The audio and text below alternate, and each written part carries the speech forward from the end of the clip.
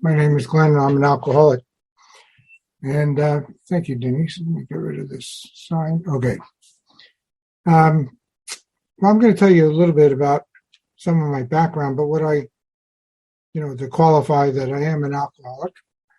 But I really wanted to talk about some of the miracles that have happened after I got sober for a while.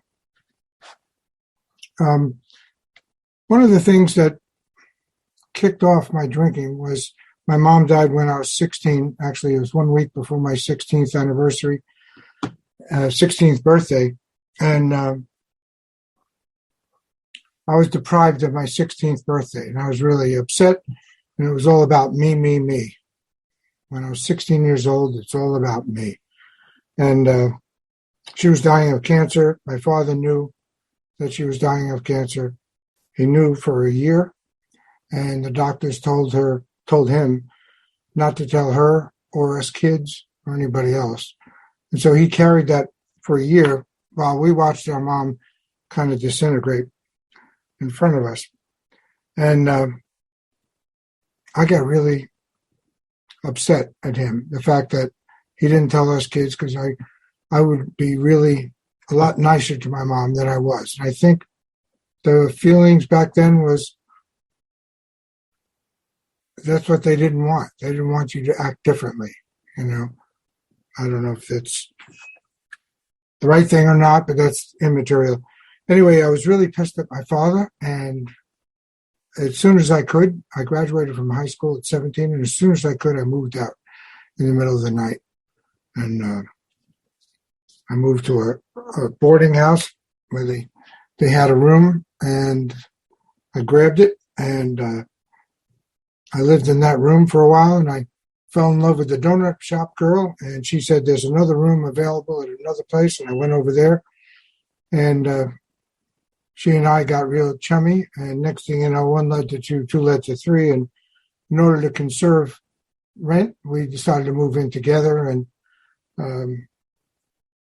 she and I actually got married shortly thereafter. So I got married when I was 17. She was 18, and I was 17, and it lasted about 7 years. That'll be wife number one. There'll be a few. Wife number three is where I am now, so it'll be a couple of more in between. So wife number one and I, her name was Judy, and later on I went out with a Julie, and then Ginger, and then my last wife is Jane, and our daughter is Jessica. So I'm stuck on the J's. Anyway, so wife number one and I really liked to party. I really was carrying on. She helped me get through college, and I became an electronic engineer, and I was going to the pub right outside of school, and I was getting loaded there almost every night. We had hi Lisa. We had a hard day, a hard marriage, and after a while, she said, I'm going to start going over my friend's house. I don't want to get into a long thing about it because it gets ugly. But anyway, we divorced. And now I'm really ready to party. And I'm working as an engineer, and I fell in love with this gal who was who worked at the place where I worked. She was a secretary there. And her father, I worked directly with. He was a technician where I was. And he didn't like the idea that we were going out together. Next thing you know, we got married too. We had 2 kids, a girl and a boy. That was the Jessica. And that lasted about another 7 years. And I didn't like being a dad. I just didn't like playing dad and having a family. I really wanted to party, and it kind of hindered my partying. And so I moved out, and we got a divorce from wife number 2. And I moved into this apartment on the other side of Long Island, where I'm from. And the apartment was empty, totally empty. It had wall-to-wall carpeting, no furniture. And I remember sitting against my back against the wall with my knees up against my chest, and I felt totally empty. And later on, when I got into recovery, I heard Father Martin talk about that we have this thing in our gut. It's called the God hole. And I was experiencing this God hole, but I didn't know what to do about it. And so I used to go out. Monday night, I went out to one pub. Tuesday, I went to another pub where we shot darts. Wednesday was another pub. Thursday was another pub. And that was the start of the weekend. I don't know how you guys drank, but Thursday was always the start of the weekend for me. And I would party from Thursday through Sunday and then try to crawl back into work on Monday. I was never late for work. I was always to work on time. And I always did my job well, I thought. And then I got married to wife number 3, Jane. And she was the secretary from where I worked. And we started going out at lunchtime, and lunchtime started to get a little longer. And one led to 2, 2 led to 3. We got married. And she didn't like to party as much as I did. And I always found that I was doing dry goods after I got involved with drinking. I'd get really loaded, but every time I was drinking, I didn't necessarily do the dry goods. But every time I did the dry goods, I was drinking. So I can qualify in both fellowships, but I feel more comfortable in AA, and I keep it that way, and I just touch on the fact that I was also doing drugs. So one time, my wife and I used to pick blueberries, and we picked blueberries in Pennsylvania, and they were big blueberries. We went with her parents, and we have these buckets around our neck with a string, and you pick the blueberries, and you're eating the blueberries as you're picking them. And we had 50 pounds of blueberries between the 4 of us, and it was just great. And we bought a little recipe book on what to do with the blueberries, and you can make blueberry pies and blueberry tarts and blueberry muffins. And in the back of the book, it said how to make blueberry wine. I went, oh, this is great. So we started making the blueberry wine, and we put it in I think it was a quart jug, and a balloon on top, and the balloon expands because of the fermentation, and you burp the balloon, and then it expands again, and you keep doing that until it doesn't blow up anymore, and that's the wine. So our wine was this year. It never aged. The next year, we went and picked blueberries again, and we got about 50 pounds of blueberries again. And we didn't make any tarts. We didn't make any muffins. We didn't make any blueberry pie. We just made wine. I started, if a little bit is the right amount and more is better, too much has got to be perfect, right? I don't know if anybody can identify with that, but that was my credo. And I started making grape wine. The local Italian guy, Giuseppe, used to be our landscaper, and he showed me how he made wine, and we would taste the wine in the backyard and really enjoyed it.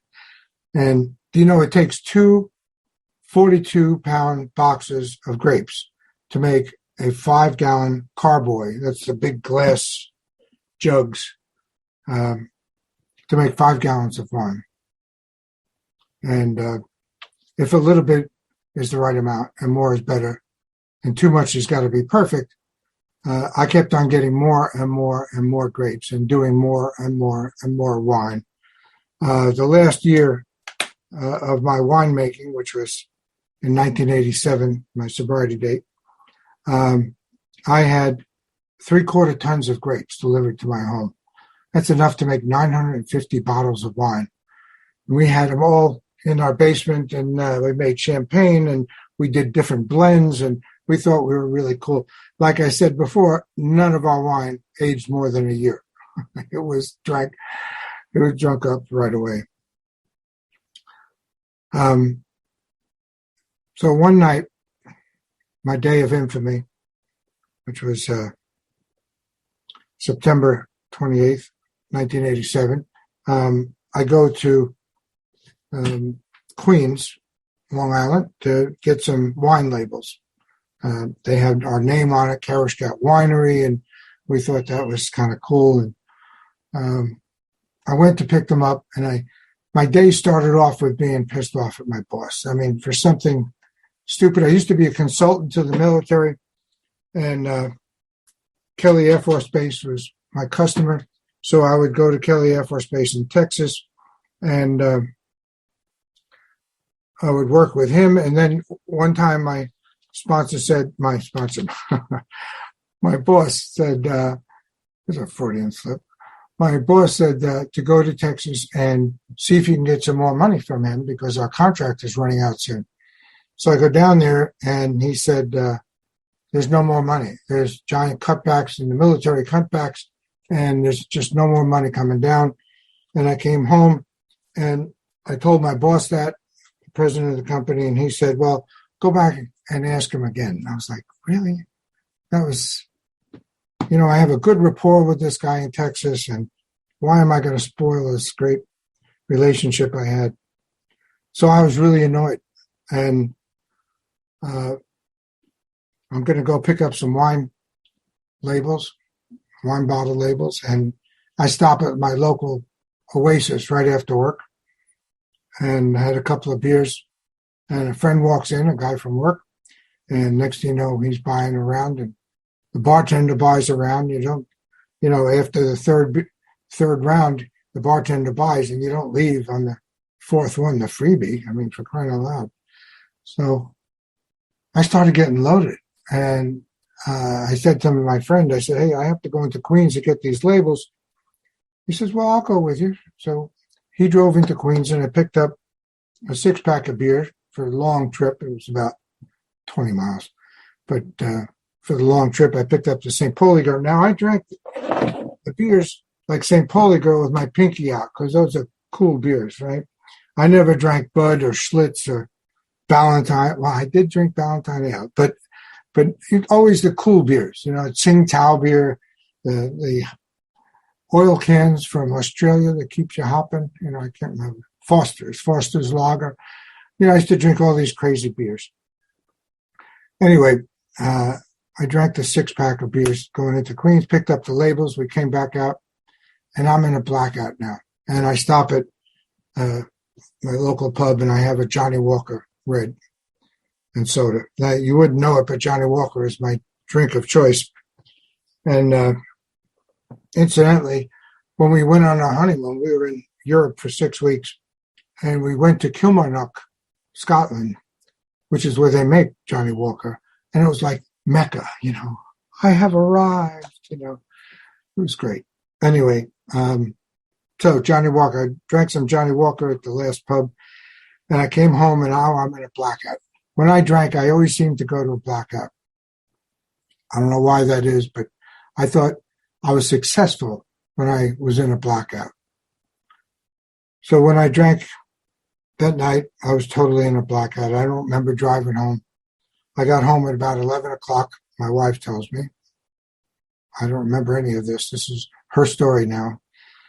And then actually, I woke up in the spare bedroom. Now, I never sleep in the spare bedroom, and I woke up at 9 o'clock in the morning. Like I told you before, I'm never late for work. 8 o'clock is show-up time. I'm always there. And there was nobody in the house. So I called my wife, and I said, hey, what's going on? She says, you don't know what's happening? I said, no, I don't remember what's happening. And she said, well, you'll see when you get home. Said, all right, whatever.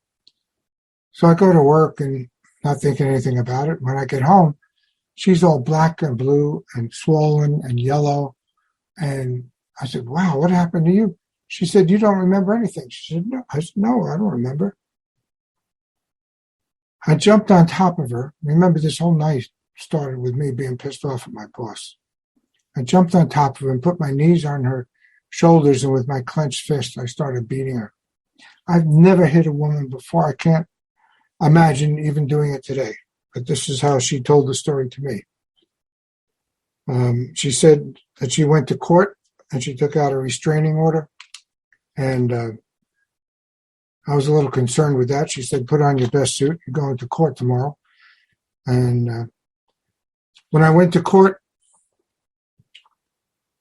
the judge said, well, you're going to get 6 months in jail if you violate this restraining order. The restraining order is basically, I can't do this kind of thing again. However, my wife added 3 more stipulations, and they were that I can't get drunk in my home. And I'm thinking, my keen intellectual mind is saying, well, I'll just get drunk in the backyard, you know. The second stipulation was I can't come home drunk. So I'm thinking, well, maybe I'll just have 2 beers. I don't know if you've ever tried the 2-beer trick. That's a myth. The third stipulation was the one that got me because I knew that the jig was up. And they said I had to go to counseling at the local alcohol counseling service. I knew the jig was up. I knew that they knew.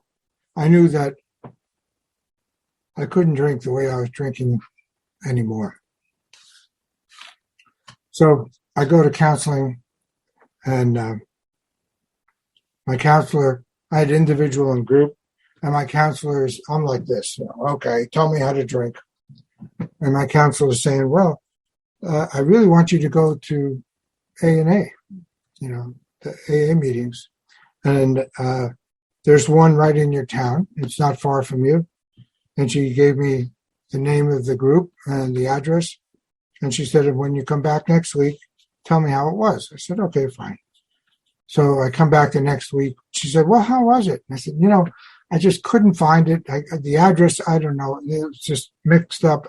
I couldn't find it. She goes, well, I'm going to draw you a little map. And it was right off of the Seacliff Railroad Station. I mean, it was actually on the railroad station plaza, so you couldn't miss it, And I come back the following week, and she said, "Oh, how was the meeting?" And I said, "Well, they blocked the door at 8:00. I don't know why, but I couldn't get in. It was crazy." And she said, "Listen, if you don't go to an AA meeting, you're going to be in violation, and you're going to get 6 months in jail."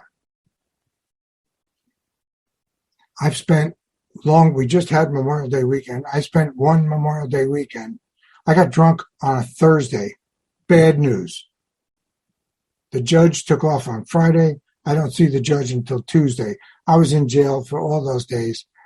Stupid. If you're going to get drunk on Memorial Day weekend, do it on Monday at least, So anyway, she said I'll be in violation and I'll get 6 months in jail, the local county jail. Nassau County Jail. So I've already seen Bubba in jail before, and I didn't want to have Bubba for a lover, so I'm not interested in any of that. So she got my attention. I said, okay, I'll go to these stupid meetings. So I walk into the Glen Head group, which is my first home group, and it was in the basement of what was like a church. And they had smoke from about 18 inches up to the ceiling.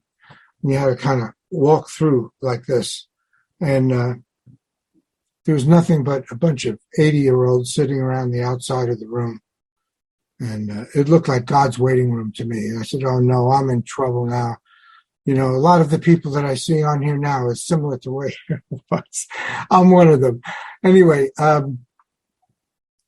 sat there and I sat like this. And I started to listen to you folks, and I started to listen to the happiness, and the gaiety of the crowd. And I said, geez, I really think they're doing something outside, or in the back room, there's something going on someplace at break time.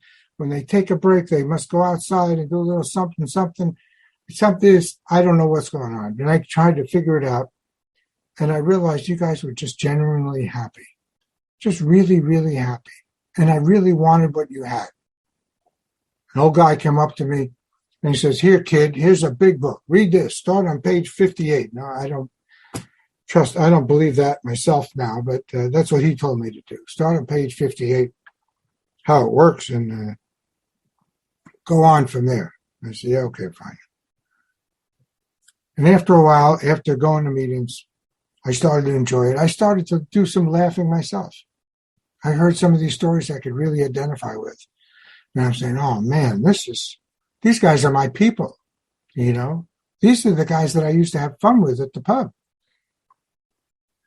And if a little bit is the right amount and more is better, too much has got to be perfect, I started to go more and more and more meetings. My home group met 4 times a week, 2 on Monday and 2 on Thursday. And I went every other day of the week to these other meetings. And I just had a ball. I loved it. And I started to do the steps. I went to a business meeting. The first business meeting that I went to, the guy sitting up in front of the room was the president of AA, and he was leading the meeting. And after the business meeting, I said, I'd like you to be my sponsor, because I knew that he knew how to do it, And Tony was my sponsor for the longest time, I guess about 5 years. And he got me involved with the steps. And when he got me involved with the steps, I started to feel really grateful for my group. I started to feel really happy to go there. I couldn't wait to go there. And I started to feel this overwhelming gratitude that I wanted to do something for the group. So I go up to this old timer, this guy, Fred, throw your hat, Fred. He always wore a baseball cap and would throw his hat to make the point, whatever point he was trying to make. Throw your hat, Fred. So I would go up to Fred and I said, listen, Fred, I want to do something for the group. He goes, oh, that's really nice. I said, yeah, I want to buy a case of big books. Those big books, not the hardcover books, not those little soft-covered books. Little did I know they were the same price at that time. But I said, I want to buy a case of big books. And he said, well, instead of doing that, why don't you become the book chairperson? I said, well, okay, what's that? He goes, well, you see those books on the table over there? He said, when somebody wants to buy a book, you sell them the book, you put the money in the basket, and then you buy more books from general service, and you get money from the treasurer, and you run the book department. I said, oh, I can do that. That'd be great. He goes, yeah, that would be really good. We have to be careful with old timers. Okay. He was given that job about 3 weeks prior, and he went, here, kid. So that's how I got my first service position. But I am so grateful for service. Service is the thing that it just really, I love it. I love being of service. My whole life now is being in service. So I'm still working at this job I don't like anymore. This job that is, it feels like it's coming to the end. All right. And with all our government, we were a government consulting company, and there were a lot of contracts that were being terminated. And sure enough, I got laid off 1 week before my 10th anniversary with this company. So now I've been an electronic engineer for 24 years, and I'm devastated. I go to my noon meeting, and I said, well, I just got laid off, but I know it's okay because like the Allstate commercial, I'm in good hands, and I know God's going to take care of me. And I started looking for a job, and there were 50,000 electronic engineers on Long Island laid off at the same time. There were no jobs available. And I'm like, oh, what am I going to do? Now, in the meantime, guys in my group came across these great speakers that were on cassettes, and I would borrow them, and I would make copies of these cassettes for myself. And I had a dual cassette player that would do it in real time. So if you put a 90-minute tape on one side, it would automatically reverse, which was a good thing. But anyway, you put a 90-minute tape on one side, it would take 90 minutes, and you would have a copy on the other side. Well, I had, if a little bit is the right amount, the more is better. I had 100 tapes that of all great speakers. And what am I going to do with these? So I said, oh, you know what? Maybe I'll just start my own business. So I started dealing tapes out of my trunk. Right? Guys would come up to me, hey, you got the good stuff. So I went to a local store. It was a recovery shop on Long Island. And I had a listing of all my 100 tapes. And I said, here's 100 of these tapes. maybe you would like to purchase them, and you could buy them for $3 and you could sell them for $6. And she said, oh, that sounds like a good deal. And she goes down the line, she's checking them off, and she checked off like 30 of these tapes. And my eyes are getting big with cha-ching, cha-ching. And she said, I'll take 3 of each. I had arrived, So now I go to my wife, who was waiting in the car, and I said, I closed the deal. I'm going to make 90 tapes for this woman. This is great. But I'll tell you what, I need the high-speed duplicator. And I burnt through all my credit cards. I said, I have to borrow your American Express card. She goes, wait a minute. When are you going to pay me back with this? And I said, I promise. As soon as she pays me, I'll pay you. So she gave me a credit card. I bought this high-speed duplicator. I can make 3 cassettes at one time. You push the button and all 3 get recorded at one time. In 2 minutes on one side and 1 minute to rewind. So in 3 minutes, I could have 3 tapes. This is great. So I delivered the tapes. She gave me a check. I gave it to my wife. Now I'm free. I'm in business. I started Glen K Audio, and that's how Glen K Audio started. I did that for the next 25 years. I started going to other conventions. I started recording conventions all over the country. We love to travel. My wife was helping me. She was doing the sales, and I was doing the recording and duplicating. And we were together 24/7, a lot of weeks. And after cassettes, we went to CDs. And then from CDs, we went to MP3s and flash drives. And I'm recording, some of these guys that I got sober with, on tape. And these are big names. And I'm like, this is great. So now we're getting close to present day. About 8 years ago, we had a job in Seattle. We had another job in Houston 2 weeks later. And instead of shipping all our stuff out and shipping it back and doing the same thing to Houston and then back, I said, let's take a road trip. In the meantime, I've been hiring anybody who comes into AA who needed a job. You can work at Glen K. So I had people in my basement working all the time and giving them a job until they got a real job. And then I would get another recruit, So that crew could maintain the business while Jen and I decided to take a month off. And we went to Seattle. On the way out to Seattle, we stopped in Illinois, and I called my friend who lived in Wisconsin. And I said, her name was Luann, and I said, hey, Luann, we're passing by. Just wanted to say hi. She's in AA too. I meet her at Joe and Charlie Big Book Studies in Florida all the time. And she says, well, I'm not in Wisconsin. I'm at our summer home, which is in Montana. I said, oh, really? Oh, okay. Well, we're going to Yellowstone. And she said, well, I live right outside of the west gate of Yellowstone. She said, why don't you come and stay with us? I went, oh, great. So we stayed with her for 3 days, and we had a wonderful time. Went to Yellowstone, went to Seattle, did the job there, came back to Denver to see my 2 sisters, and went down to Houston, did the job there, and we're coming home, and we stop in New Orleans. Now, it's Labor Day weekend in New Orleans, and we got a hotel right on Bourbon Street. This is great. And we're walking up and down the street. Now, I've been there before, but my wife has never been there. And she said, this is fantastic. Look at all the music and people having fun. And all of a sudden, the cops started coming down the street, and there was a parade. It turns out it's the gay Mardi Gras. It's the Southern Decadence. I had no clue as that. And here are the guys with bare chests on the floats, and they're throwing beads to me, and the gals are throwing beads to Jane. And we had a great time. I mean, we just loved it. We said, wow, this is fantastic. Now, prior to this trip, my wife went to 2 psychics, and they said, oh, you're going to find a new home. We were looking for a new home. We wanted to get off Long Island.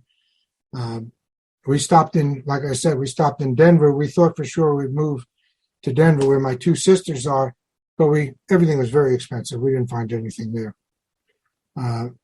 And we're in New Orleans now. And we go to one of these voodoo guys, and he said, "Oh, you found your new home already?" I said, "No, this is the third one."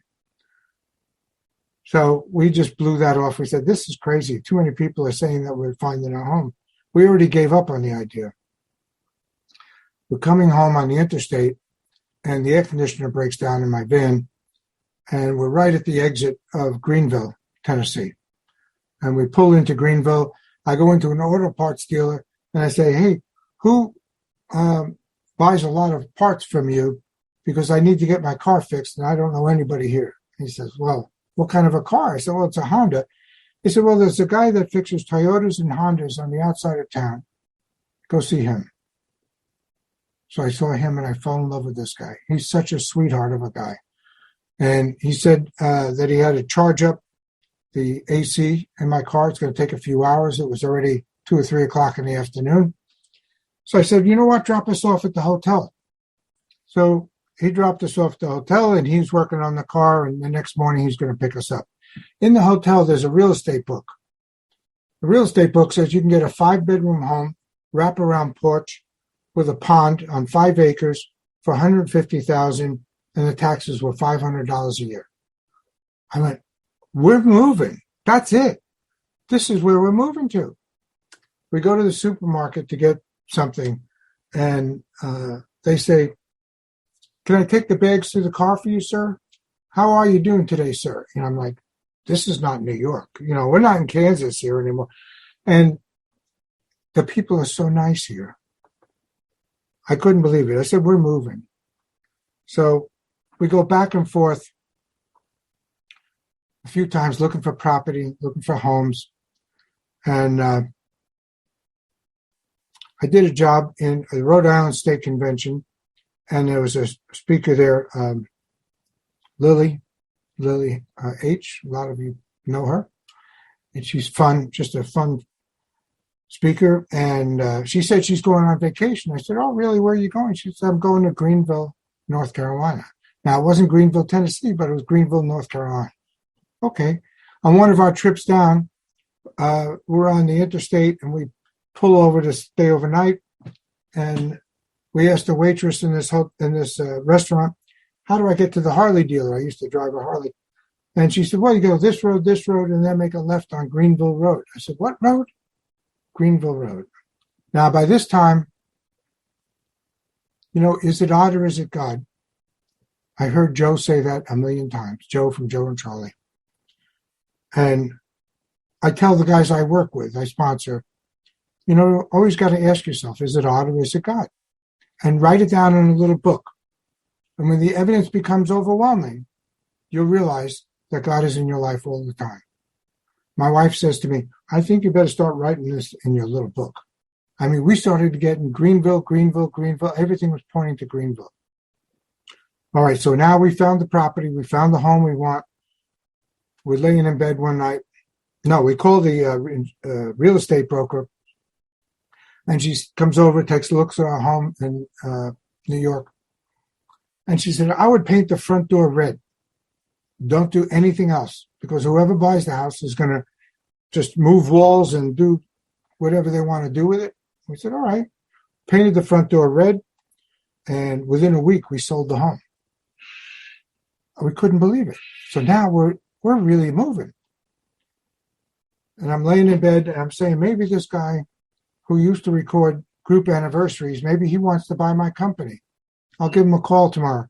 And the next day I call him, and he said, "Well, it's funny that you called, because my partner in the furniture business just bought me out, and I'm sitting on $40,000. And I went, "Well, all right then." So he paid me $40,000 down and X amount of dollars per month for the next 5 years, and he bought my company. All of a sudden, as they say here in Appalachia, I'm retired. So now I'm retired. What am I going to do? We moved down here. I thought I was going to be doing my business out of Tennessee. So now we're living in a home. We have a view of the Appalachian Mountains. It's gorgeous. The people are great, and things are just wonderful, wonderful here. A prerequisite for finding this property was that I go to a couple of AA meetings and find one that really suited me, really fit me, and I fell in love with him. A guy jumped up and shook my hand as soon as I walked in the door. He said, "You must be new." I said, "Yeah, new to this area." I go, "Well, welcome, welcome." And then they just took me into the meeting like it was my old home group. And I said, "All right, we're home. This is it. I love it." Back in New York, when I was in my old home group in Glen Head Group, I was doing more and more service. And after the book chairperson, I became treasurer for a year. And then I became GSR, and then I became DCM. And I didn't want to do that general service structure stuff anymore. So I started a meeting in the jail, the local Nassau County Jail. And I did that for 8 years. 1 year in the women's side, 7 years in the men's side. And it was the best thing that ever happened. So when I moved here to Tennessee, we got a meeting going in the local Tennessee. They call it the workhouse. And in the workhouse here, these are people who have, I guess, lesser crimes and are given a work release to go out and pick up the papers on the side of the road, that kind of thing, and do landscaping jobs on state property. And then they come back to this dormitory-like area, the workhouse. And we brought meetings into the workhouse. We've been in there now, I guess it's 4 years with a year and a half off because of COVID. But we're starting to get back in there again, and I love doing that. And I love working with guys. When I was recording in New York, one of my first conference jobs was in, I can't remember the name of the town. Anyway, it's Western New York near Buffalo, and whatever. And it was the Western New York AA conference, and there was an 11-step panel. And this guy on the 11-step panel, he said, "This is what I do in the morning." And he goes through a couple of pages that he reads, on awakening, let us think about the 24 hours ahead, that kind of thing.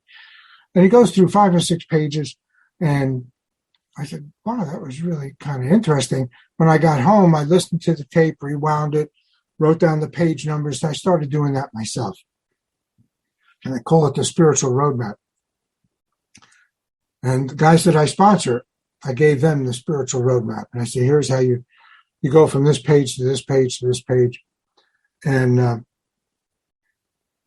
when I came down here and I sold my business, but I'm starting to put my talks on YouTube. As a matter of fact, I was doing that this morning before this meeting, and a lot of my tapes are up on YouTube now. All of the golden oldies, Johnny Harris and John the Indian, and all these guys that are no longer with us. Well, Johnny Harris is still around, but some of them are no longer with us, and these are the classic guys.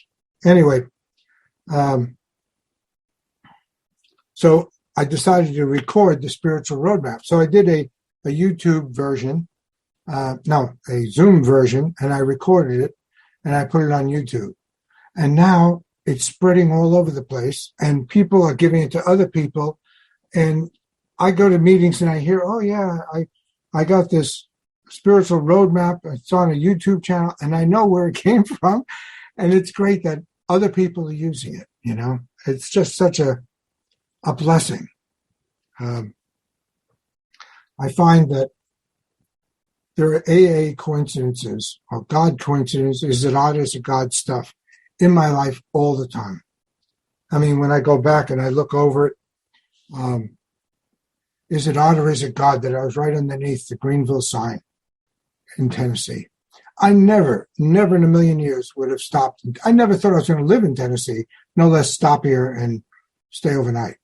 I mean, it was just didn't appeal to me until I saw that real estate book. Now, not all hotels here have the real estate book in their rooms. There's only this one that we went to. So what about the voodoo guy that said, we're going to sell our home. The fact that we sold our home in a week, the fact that we sold my business within a week after that. The fact that this Zoom, we had a COVID problem with Lunch Bunch Group, is my home group here. And on March 15th, when we shut down, actually we're in a community building. So when the community shut down their building, we had to stop the Lunch Bunch Group. I opened up a Zoom meeting that day. We've been doing it ever since, the Lunch Bunch on Zoom, 7 days a week, Monday through Friday at 12 noon and Saturday and Sunday at 8:30 a.m. The face-to-face is getting more and more popular now, and they're only on Tuesday, Thursday, Saturday, and Sunday now, but they're going to have a business meeting this coming Saturday and see if they want to open it up to all 7 days again. It's wonderful. This Zoom thing is fantastic. I spoke 6 times this month. I mean, that's crazy. That's not a normal month for me. But when anybody asks me to speak, I always say yes, because that's what I was told to do. Service is the key. When I think of doing service, I'm not thinking of me. I'm not thinking of the great me. I told you about my dad knowing about my mom, and she didn't even know. I mean, it was really hard. She was drooling near the end and stuff, and we celebrated Christmas in November because he wasn't sure she was going to make it to Christmas. So I was in recovery about, 5 years, and I was still working as an engineer, and I had a job in San Diego, and it was a long weekend, like the weekend we just had. Finished up on Friday, and instead of flying home, I flew up to LA to where my parents moved, and my stepmom and my father moved. And I stayed up there for 3 days. So the first night he makes sauerbraten, which is like my favorite. And I just love sauerbraten. And he made, you have to soak that for, a day or two. I don't know. It's a big deal. Anyway, I was really happy that he made that for me. And I told him after dinner, I said, there's something I really got to tell you. I used to be mad at you for the longest time because you never told us kids that Mom was sick, and I really, really resented that. And he goes, yeah, okay, and he blew it off. And I'm like, really? And that wasn't a satisfying amends to me, for sure. So Monday, I'm at the airport now. He's taking me to the airport. My stepmom's in the front. He has a 2-door car. She gets out of the car. I push the seat forward. He grabs my arm and he goes, remember, you don't have to carry that anymore. I understand. I think he did know. What this program gives us is a second lease on life like you can't ever imagine. It's such a trivial saying, but it's so true that your fondest dreams when you first come in are way cutting yourself short. After you're sober for a while, things just get so astronomically better. I mean, I'm sober 34 years now, and things are just so much better than I ever could have imagined. There's no way I could imagine owning my home. We have a pool, a hot tub on our deck, overlooking the Appalachian Mountains. It's glorious. It is just glorious. My biggest problem today, we have a garden. I love to garden in New York, and we have a garden here. And it's 40 by 50, so it's 2,000 square feet. It's huge. I have a timer with irrigation, two zoned irrigation, drip irrigation on the garden. I have these huge broccoli growing now. They're about this big, and they're huge. These are my big problems today.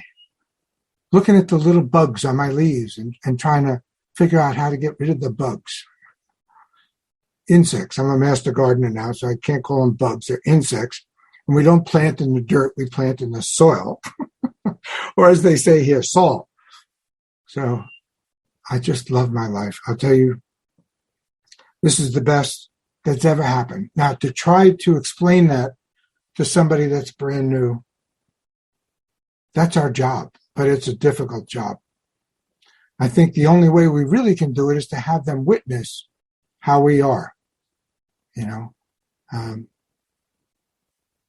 I would love for, I sponsor 6 guys now on Zoom, and they're not close to me, but one guy was in Chicago, and he was going to meet, well, he was going on vacation with his family, and it was not far from here, and we decided to meet in Asheville, North Carolina, which is about an hour from me.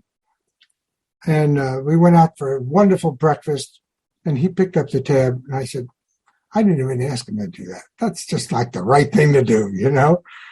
Just pay for your sponsor. And he was so grateful that he was getting sober.